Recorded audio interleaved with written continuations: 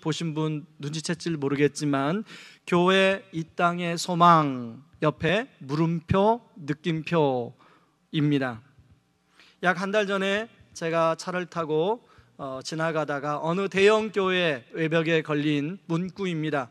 교회 이 땅의 소망이라는 문구를 보게 되었는데요, 저는 그 문구를 보면서 두 가지 생각이 들었습니다. 교회가 이 땅의 소망 맞아 라는 생각이 하나 들었고요, 교회가 이 땅의 소망인가? 라는 물음표가 들었는데, 왜냐하면 기독교와 상관없는 분들이 교회를 볼 때 정말 교회가 이 땅의 소망이라고 생각할까? 아니면 교회를 이미 다니고 있는 분이라 할지라도 교회 때문에 이런저런 아픔을 경험한 분들이 볼 때 교회가 이 땅의 정말 소망일까? 라고 하는 물음표를 갖지 않을까 생각이 들었습니다. 왜냐하면 잊을만 하면 뉴스에 나오는 영적 지도자들의 그런 부정적인 소식과 더불어 그리고 주변 교회에서 들려져 오는 여러 가지 교회가 내홍을 겪고 있다라는 이야기를 들을 때마다 그런 생각이 더 듭니다. 제 안에 이런 생각이 들었던 실질적인 이유는 우리 성도님들 중에 목사님 좀 교회를 좀 추천해 주세요, 제가 아는 분이 어느 지역에 사는데 좋은 교회 좀 추천해 주고 싶습니다. 그래서 저도 잘 모르니까 제가 페이스북이나 아니면 우리 동역자들 밴드에다가 어느 지역에 좀 교회를 좀 추천해 주세요 라고 글을 올리면 어떤 지역은요 금세 올라옵니다. 어느 지역하면 이 교회를 가세요. 그런데요, 어떤 지역은 오랜 시간이 가도 올라오는 글이 없어요. 그럴 때마다 야, 그 지역에는 정말 추천해 줄 만한 교회가 없는가? 분명히 그 지역에도 수많은 교회가 있을 텐데 왜 글이 안 올라오지? 이런 생각이 들 때마다 그런 생각이 듭니다. 최근에는요, 제가 건너서 아는 지인 중에 한 분이 예전에 전문직에 일을 했습니다. 그러나 이제 주님께 은혜를 받고 이분이 그 일을 내려놓고 이제 신학교에 가서 전도사가 되었습니다. 그래서 지금 두 번째 교회를 섬기는데요, 첫 번째 교회 가서 섬겼는데 이분은 전문직에 있었다 보니까 자기가 뭐 재정적으로 이렇게 어렵지 않지 않겠습니까? 그런데 교회 성도님들이 자기를 대하는 그런 태도, 이런 태도를 보고 너무나 실망을 많이 한 거예요. 그리고 두 번째 교회를 지금 또 섬기고 있는데 두 번째 교회 역시 그런 실망을 하고 있더라는 거예요. 그래서 이 전사님 하는 얘기가 자기 안에 그 영적인 패배주의, 한국교회를 바라보면서 영적 패배주의가 있다라는 얘기를 제가 건너서 이야기를 들었습니다. 여러분, 그런 측면에서 여러분, 우리 교회가 이제 7번째 생일을 맞았는데 여러분, 과연 의왕 우리 교회는 7번째 생일을 맞는 의왕 우리 교회는 교회 이 땅의 소망이 되고 있는가 질문하지 않을 수 없더라는 것입니다. 아마 주님만 그 답을 아실 텐데요, 여러분, 오늘 본문에 나오는 에스겔도 비슷한 고민을 가지고 있었습니다. 여러분, 에스겔은 원래 제사장 가문의 사람입니다. 바벨론이 예루살렘을 3번이나 공격을 하는데요, 첫 번째 공격을 했을 때는 다니엘과 세 친구가 포로로 끌려갑니다. 그리고 두 번째 공격을 했을 때 바로 에스겔이 포로로 끌려와서 그발 강가에서 이제 하나님 말씀을 대언하는 일을 하게 됩니다. 그리고 그런 상황에서 이제 그럼에도 불구하고 에스겔이나 포로로 끌려온 사람들은 소망이 있었습니다. 그래, 아직까지 예루살렘에는 그 하나님의 성전이 있지, 거기에는 많은 사람들이 여전히 제사를 지내고 있고 많은 사람들이 기도를 하고 있기 때문에 하나님이 우리 민족을 향한 기도를 들을 거야, 분명히 우리 민족은 소망이 있을 거야 라는 기대를 했습니다. 그리고 많은 사람들이 그 발강가에서 기도했어요. 하나님, 이 민족을 회복시켜 주세요. 그런데요, 소식이 들려져 왔는데 그 예루살렘이 완전히 멸망하고 성벽도 무너지고 예루살렘 성전이 다 불타 훼손되었다는 거예요. 여러분, 제사장인 에스겔, 여러분, 에스겔은 포로로 끌려오기 전에 그 성전에서 제사를 드렸던 사람이에요. 여러분, 에스겔 같은 사람들에게는 성전 자체가 정체성입니다. 삶의 의미예요. 에스겔뿐만 아니죠, 이스라엘 사람들은 성전을 중심으로 삶이 돌아가기 때문에 그 성전이 바로 삶의 의미요 정체성이에요. 그런데 그런 성전이 불에 타버려 없어졌다는 얘기를 들었을 때, 회파됐다는 얘기를 들었을 때 가슴이 무너지고 소망이 없어지는 거죠. 그러다 보니 바로 이스라엘 백성들이 자기 이스라엘을 생각할 때 어떻게 생각하겠냐면 마치 오늘 본문에 나오는 사해 바다와 같다고 생각했습니다. 여러분, 오늘 본문에 우리가 읽은 본문에 보면 바다라는 말이 나오는데 8절 9절에 보면 나오는데 그 바다를 다른 공동 번역이나 새 번역 성경에는 사해 바다로 표현하고 있습니다. 왜냐하면 다른 사본에선 그렇게 표기하고 있다는 거죠. 저는 왜 사해바다로 하나님이 환상 가운데 그렇게 표현할까 생각해 보니까 이스라엘 사람들이 지금 이스라엘 민족, 자신의 민족을 향하여 더 이상 소망이 없는 사해바다와 같이 느껴지는 거예요. 여러분, 사해바다는요, 염분이 다른 바다보다 다른 바다는 염분이 5%라면 사해바다는 6배 높습니다. 약 30%가 염분이라고 하는데요, 왜 그러냐면 사해의 수면이 다른 해수면보다 훨씬 낮아서 물이 요단 계곡에 흘러 들어와서 다른 데로 흘러가야 되는데 더 이상 흘러가지 않습니다. 그리고 강렬한 태양빛 때문에 물이 다 증발하고 남는 것은 염분밖에 남지 않는다는 거예요. 그래서 그 사해바다는 뭐 가보신 분 계시겠지만 어떤 물고기도 살지 않습니다. 제가 유튜브에서 아주 재미있는 그림 영상을 하나 봤는데요, 어떤 예술가가 실험을 했습니다. 사해바다에다가 코트를 하나 넣어놨어요. 저게 뭐 유명한 코트라고 하는데 그 코트를 넣어놓고 2개월이 지났는데요, 오른쪽으로 변했습니다. 어떤 바다예요? 저기에 생물이 살 수 있을까요? 살 수가 없죠.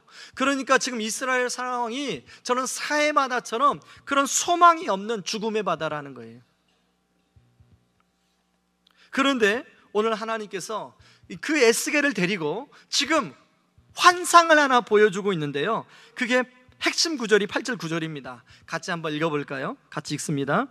그가 내게 이르시되 이 물이 동쪽으로 향하여 흘러 아라바로 내려가서 바다 사해에 이르리니 이 흘러내리는 물로 그 바다 사해의 물이 되살아나리라. 이 강물이 이르는 곳마다 번성하는 모든 생물이 살고 또 고기가 심히 많으리니 이 물이 흘러 들어가므로 바닷물 사해가 되살아나겠고 이 강이 이르는 각처에 모든 것이 살 것이며. 여기 본문에 보면 되살아나겠다라고 하는 단어가 2번 반복됩니다.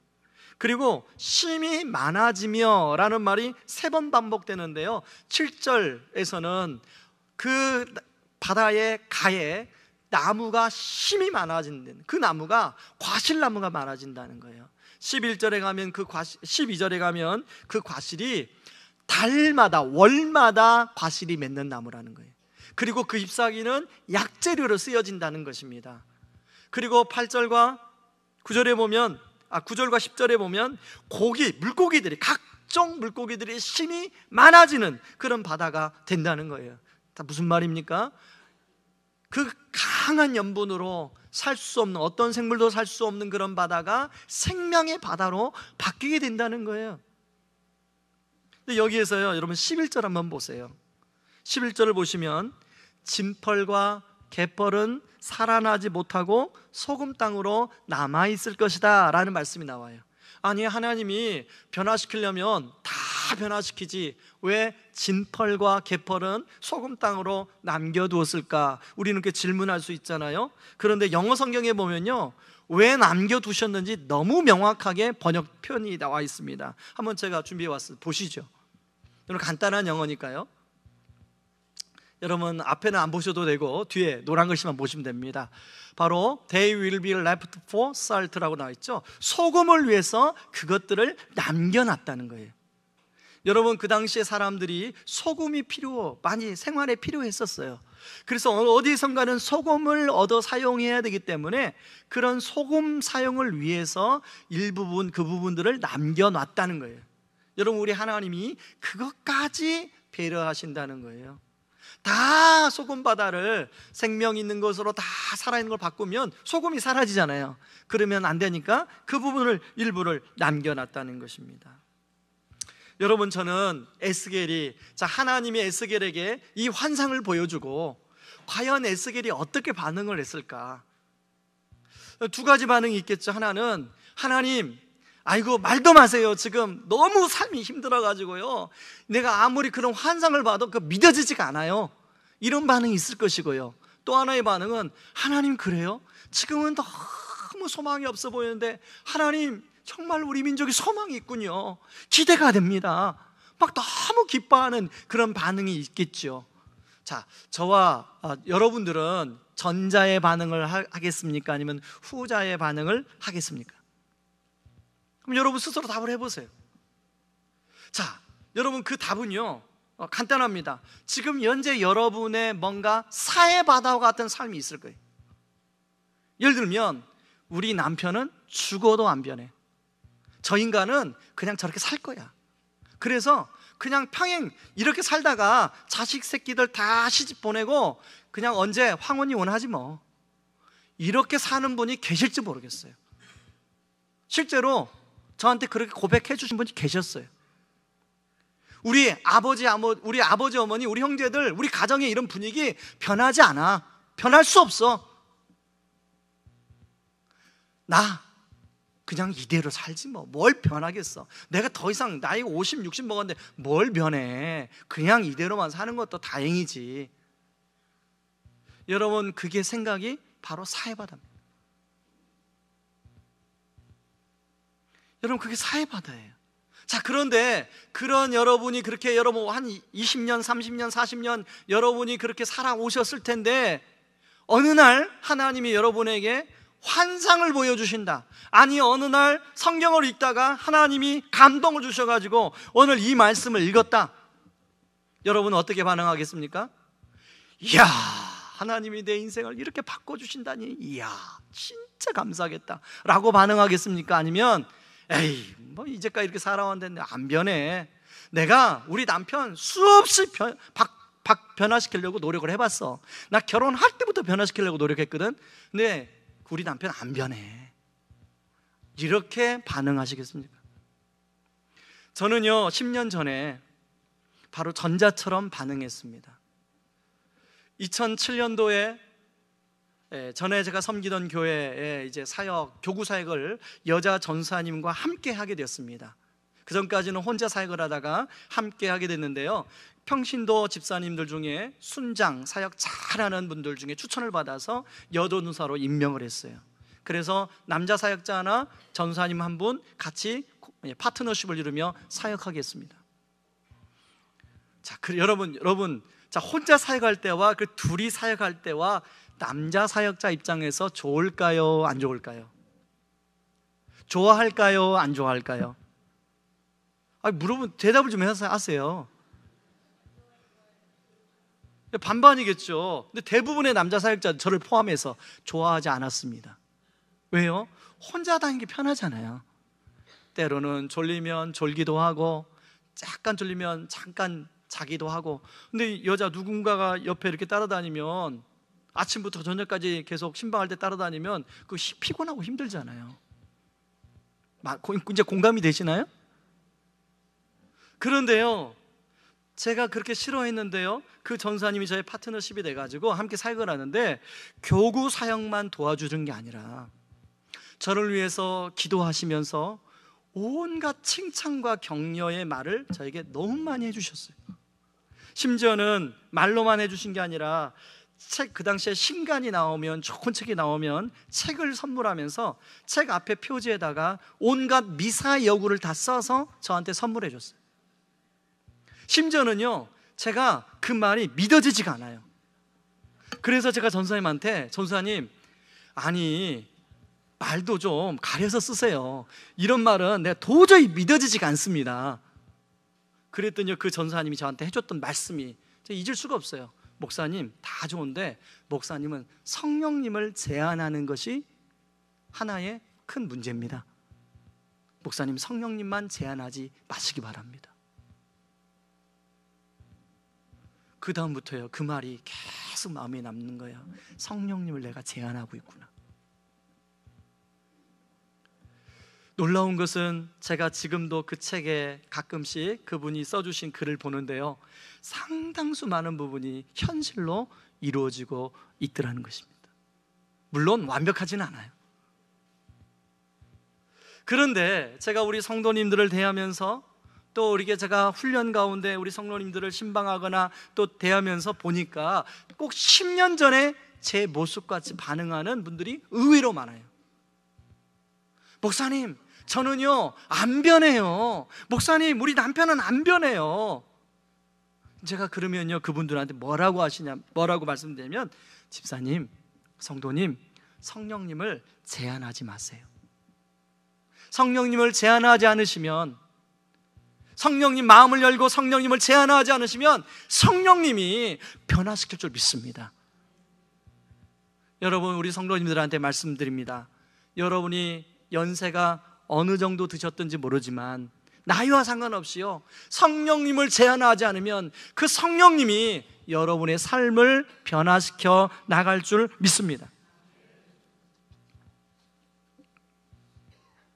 여러분, 우리의 삶이 이렇게 변화가 되기 위해서, 사해바다 같은 우리 삶이 변화가 되기 위해서 어떻게 하면 변화가 될 수 있을까요? 여러분, 12절 한번 보세요.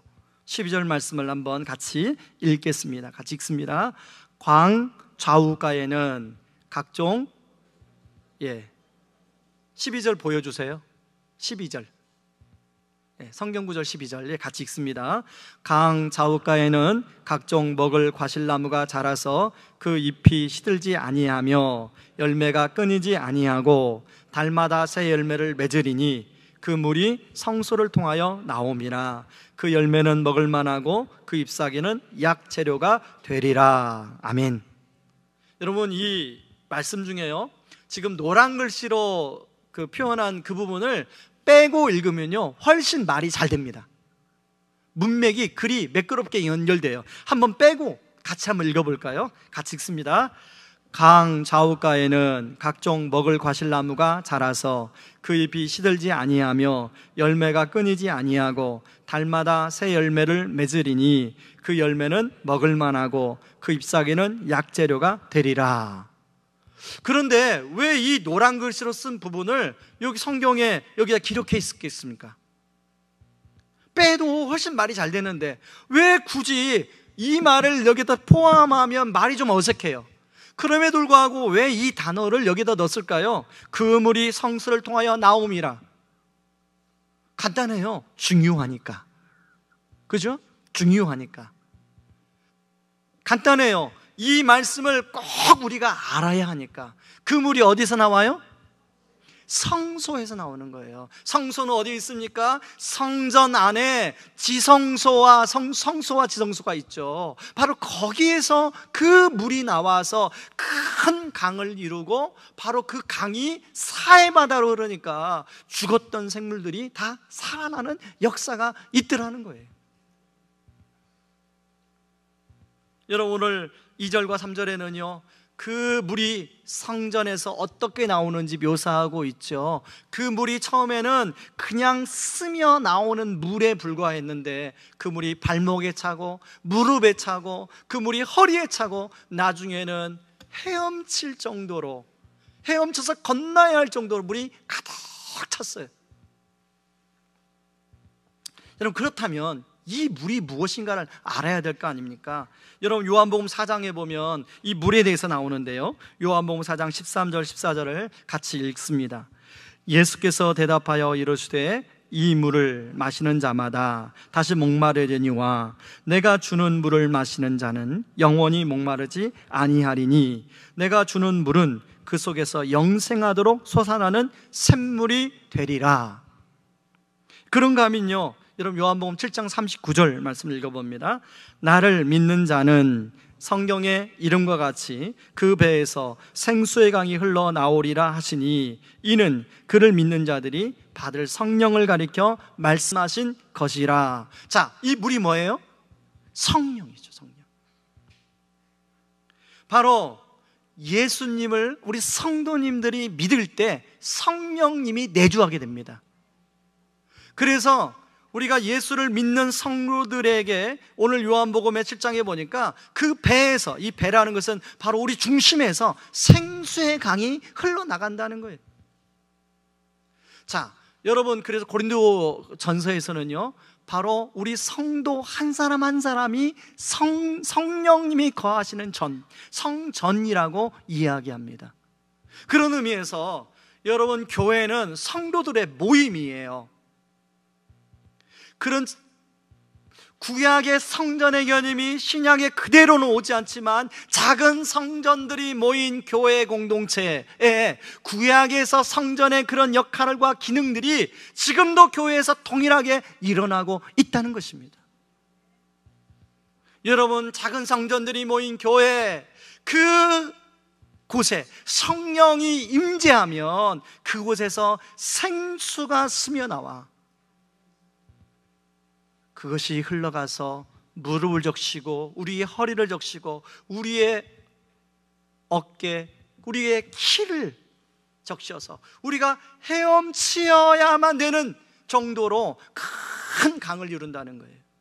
그렇게 되면요, 그 물이 흘러 여러분의 가정으로, 그 물이 흘러 여러분의 자녀들의 삶에, 그 물이 흘러 여러분의 일터로 흘러가게 되는 줄 믿습니다.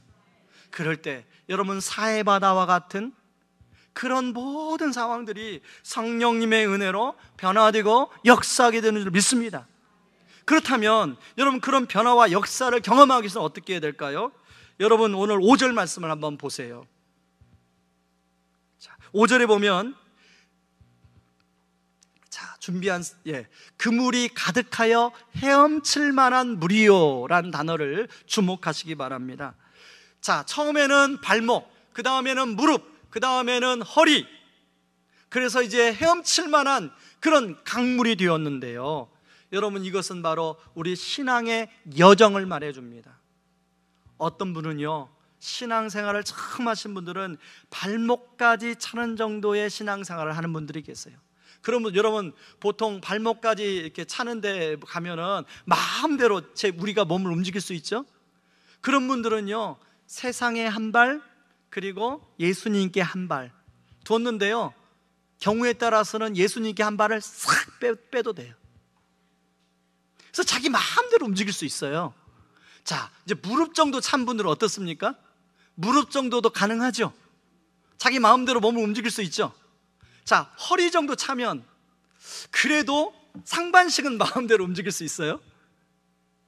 그런 분들은요, 막 말도 막 함부로 하고, 막 주먹도 때로는 운전하다가 막 핸들도 이상하게 돌리고 막 빵빵빵빵 누르기도 하고 찔리는 분들이 있을 줄 믿습니다. 그런데 여러분, 그 강물이 가득 차게 되면 내 몸을 내 마음대로 할 수가 없어요. 우리 몸을 누구 마음대로 해요? 성령께서 우리의 몸을 이제 제어하고 통제하고 이끄시게 되죠. 저는 이왕의 신앙생활하는 여러분, 여기에 보면은 아내 따라 어쩔 수 없이 끌려온 우리 남자 성도님도 계실지 모르겠어요. 이왕의 신앙생활 할 거, 여러분 마음을 열고, 발목 신앙에서 여러분 발목 신앙이 있다면 좀 마음을 열고, 이제 여러분이 조금만 열면요, 성령이 무릎으로, 성령이 허리로, 성령이 여러분의 온 몸에 임하는 강물이 되는 은혜를 누리게 될 줄 믿습니다. 그러니까 마음을 조금만 여시기 바랍니다. 여러분, 의왕우리교회가 정말로 교회 이 땅의 소망인가 라고 할 때는요, 저는 그렇게 생각합니다. 지금도 이 생수의 강이 흘러서 여러분, 어떤 개인에게, 어떤 성도님에게, 어떤 가정에 지금도 변화가 일어나고 있는가? 7년 전에만 변화가 있고 지금은 아무런 변화가 일어나지 않는가? 그럴 수 있잖아요. 얼마 전에 제 친구 중에, 동역자 중에 교회 컨설팅을 전문적으로 하는 목사님이 계세요. 그분이 이제 여러 목사님들과 대화하는 가운데 한 분 한 분에게 이런 질문을 하더라고요. 목사님, 교회는 왜 성도들이 모이십니까? 저한테도 그 질문을 받았습니다. 그래서 제가 한참 망설였어요. 그렇지, 의왕우리 교회 우리 성도님들이 왜 모이지? 그러다가 문득 제가 떠오른 게 뭐라고 대답을 했냐면, 우리 아버지와 그리고 제 동생과 그리고 속으로 예수님 때문이다, 이런 대답을 했어요. 그게 무슨 말이? 그러니까 이 목사님이, 아니 목사님 그 무슨 말이냐고. 여러분, 저는 원래 그 사랑 많이 받는 막내로 자랐습니다. 그래서 그 형들에게, 특별히 위에 누나에게 엄청나게 시기 질투를 많이 받고 자랐어요. 엄마는 맨날 기섭이만 한다고, 맛있는 거 있으면요 저희 어머니가 딱 숨겨놨다가 저만 주고요, 그런 막내로 자랐어요. 그러니까 뭐 그렇게 참 철부지였죠. 그런데 하나님이 그걸 아시고 저희 아버지를 통해서 또 제 동생을 통해서 인생이 무엇인가를 좀 알게 해주셨어요. 저희 아버지 때문에 그 채권 때문에 시달리는 그런 수십 년의 시간들을 보내면서 저는요, 예전에 전화벨이 울리면 제 심장도 같이 울렸던 때가 있었어요. 그리고 아버지 대신에 그 채권을 해결해 주느라 동분서주 뛰어다니고 했던 때가 있었어요. 그리고 그런 가운데 그 또 아버지가 그 저에게 선물로 주신 동생은 이제 온갖, 본인도 얼마나 힘들었겠어요. 온갖 힘들다 보니까 방황을 많이 했어요. 그래서 저는요, 제 스스로 나이트는 한 번도 가본 적 없습니다. 네. 그때 안 가길 정말 잘했죠. 네. 제 스스로 나이트나 카바레 이런 데는 가본 적 없는데요, 제가 동생을 찾는다고 나이트 카바레를 좀 가봤습니다. 네. 동생을 찾아서 집에 데려다 놓으면 몇 개월 있다면 또 집을 나가고, 또 찾아가지고 어디 있는지 모르니까 익산 역전 앞에 있는 나이트 카바레를 다 뒤졌던 적도 있어요. 그렇게 방황하는 동생, 한 번은 자고 있는데 영등포의 어느 술집에서 전화가 왔어요. 누구누구시죠? 동생이 지금 여기 있습니다. 그래서 새벽에 택시 타고 와서 동생을 술값 지불하고 카드를 긁고 빼온 적도 있고요. 또 전당포 앞에서 동생을 기다리다가 엄청 또 바람도 많이 맞은 적도 있고요. 아무튼 뭐 제 동생이 제가 막 인생을 깊이 살 수 있도록 엄청난 선물을 많이 줬습니다. 그러고 그렇게만 됐으면 제 인생은 사해바다죠. 사해바다. 그러다 보니까 사람들이 제 별명을 독일병정이라고 부르고, 저 인간은 가까이하게 먼 당신이라고 부르고, 제 별명이 그랬어요. 그런데 예수님, 성령님을 만나고 제가 변하기 시작했습니다. 그 전사님이 저한테 말씀했는데, 목사님, 성령님을 제한하지 마세요. 그때부터 제 인생이 변하기 시작했어요. 성령님을 제한하지 않더니 성령님이 그런 사해바다와 같은 제 인생이 들어와서 저를 변화시키니까, 교회를 개척하고 나니까 하나님이 그런 은혜를 하나님이 우리 성도님들에게도 나타나게 하시는 거예요. 우리 성도님들의 가정에 그런 은혜가 흘러 들어가게 하시는 거예요. 그런데 문제는 지금도 그런 은혜가 흘러가고 있는가 하는 생각이 들더라고요. 그런 생각을 하는 가운데 지난주 사역반입니다. 사역반을 인도하는 가운데 이제 사역반 그 전주에 어떤 숙제를 내줬냐면, 사역반을 하면 이제 그 사람의 기질 검사를 합니다. 왜냐하면 자기 자신의 장단점을 알아야, 다른 사람의 장단점을 알아야 공동체에서 잘 섬길 수 있기 때문에 기질 검사를 하게 되는데요, 그렇게 기질 검사를 했어요. 그랬더니 막 집사님들이 내가 이런 장점이 있는 줄 몰랐어요, 이런 단점이 있는 줄 몰랐어요. 그래서 저는 속으로 저는 다 알았는데. 그리고 이제 숙제를 내드렸습니다. 숙제를 내드리고서요, 이제 가서 가정, 이제 아내랑 아이들 모아놓고 한번 해보시라고. 그러고 이제 그 숙제를 나누는데요, 한 집사님이 숙제를, 평상시는 숙제 잘 안 해오시는 분이거든요. 근데 그분이 그날만 그 숙제만 해오셨더라고요. 그런데 그 숙제를 나누는데 우리 모두가 가슴이 울먹했어요. 그래서 제가 그 순간에 이분이 이 고백을 우리만 들으면 안 되겠다. 그래서 그분한테 혹시 1부 예배, 2부 예배 오셔서 나눠줄 수 있냐고 그랬더니 기꺼이 그러겠다고 하시더라고요. 이 시간에 한번 그분을 모시겠습니다. 우리 박수로.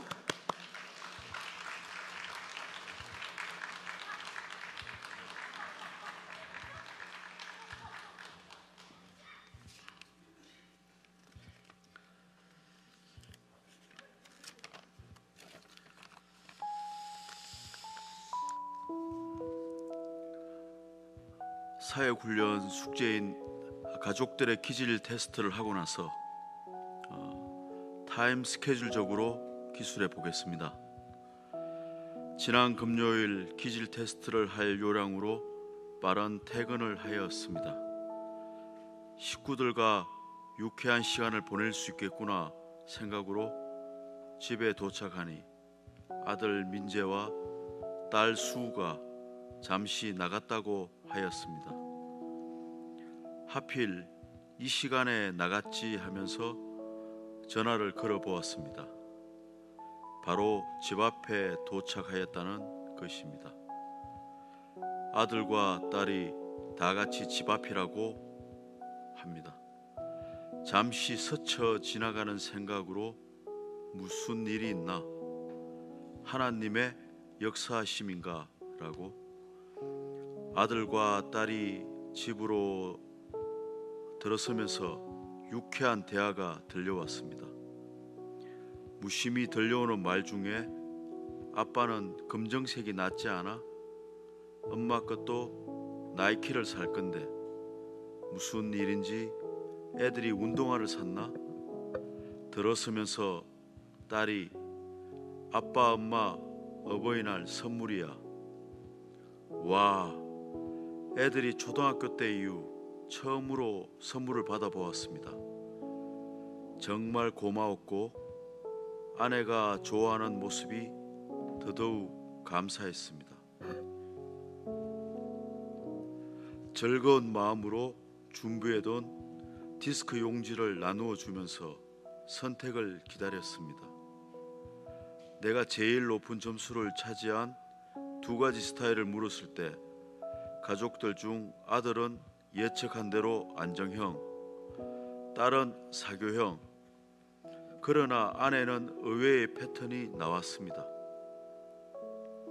신중형이 24개 중 10개, 안정형이 24개 중 9개, 주도형이 24개 중 3개, 사교형이 24개 중 2개.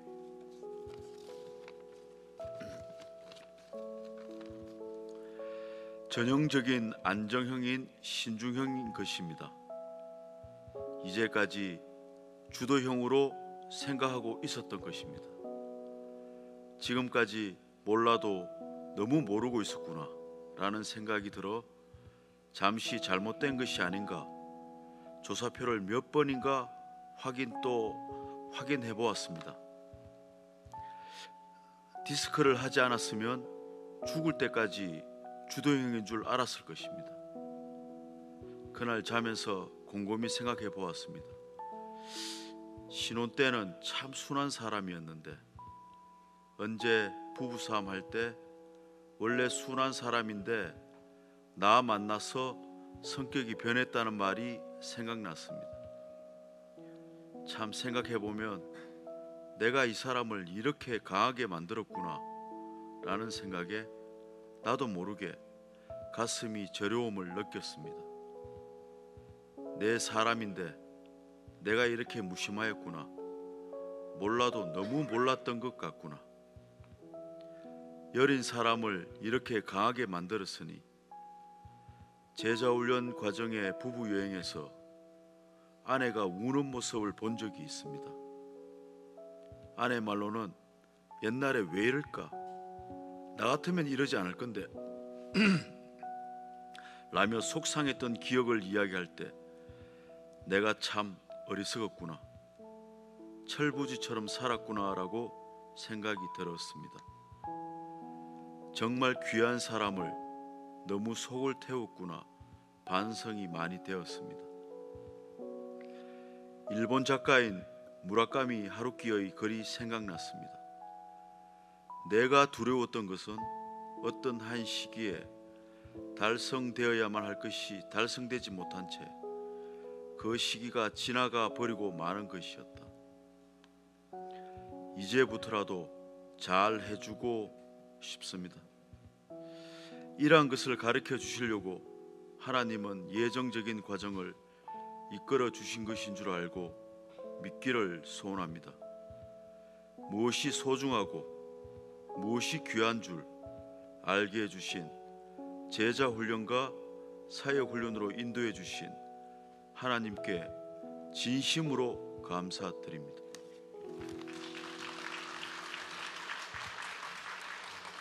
예, 여러분 앞에서 나와서 간증을 한다고요? 사실은 완전한 게 아니죠. 여러분, 우리는 이 세상에 완전한 사람이 하나도 없습니다. 앞에서 설교한다고 제가 완전하다고 생각하면 오해죠. 오산이죠. 여러분, 우리는 원래 죄인입니다. 그러나 하나님 그런 성령의 은혜로 저렇게 사해 바다와 같았던 자신의 삶, 자신의 상태를 성령의 눈으로 바라보고, 그리고 아내에게 그런 미안한 마음 그렇게 표현할 수 있는 것 자체가 성령의 은혜가 아니겠습니까?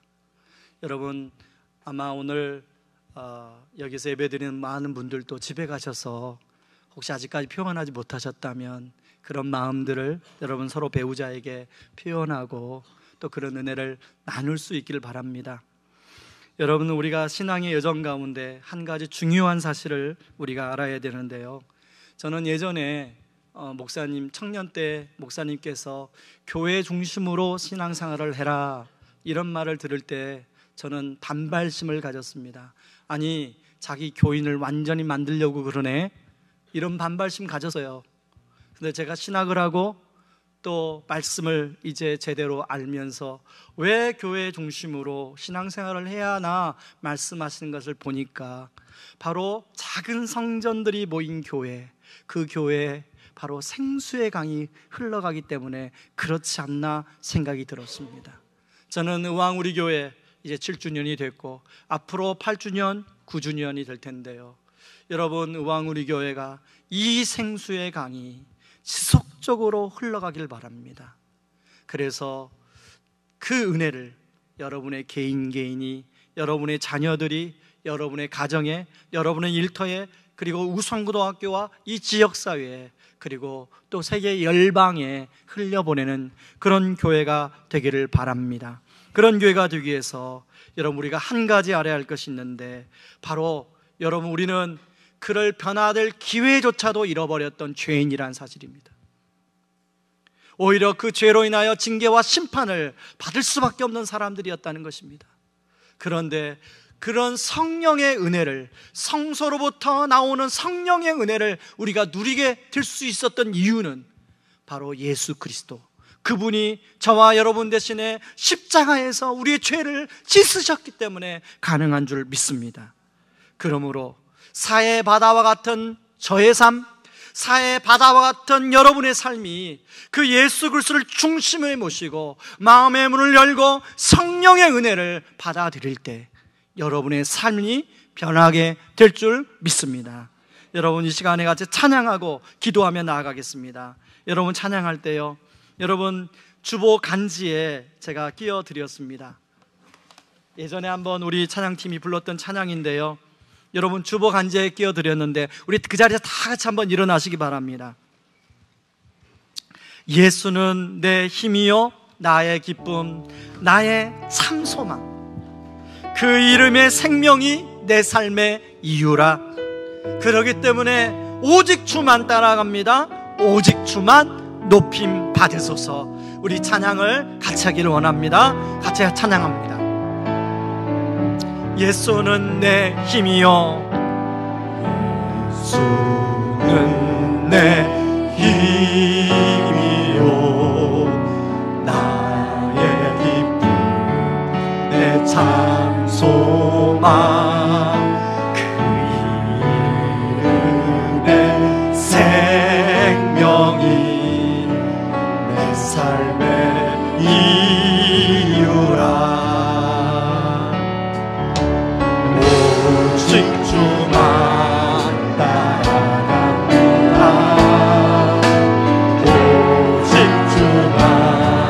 높임 받으소서.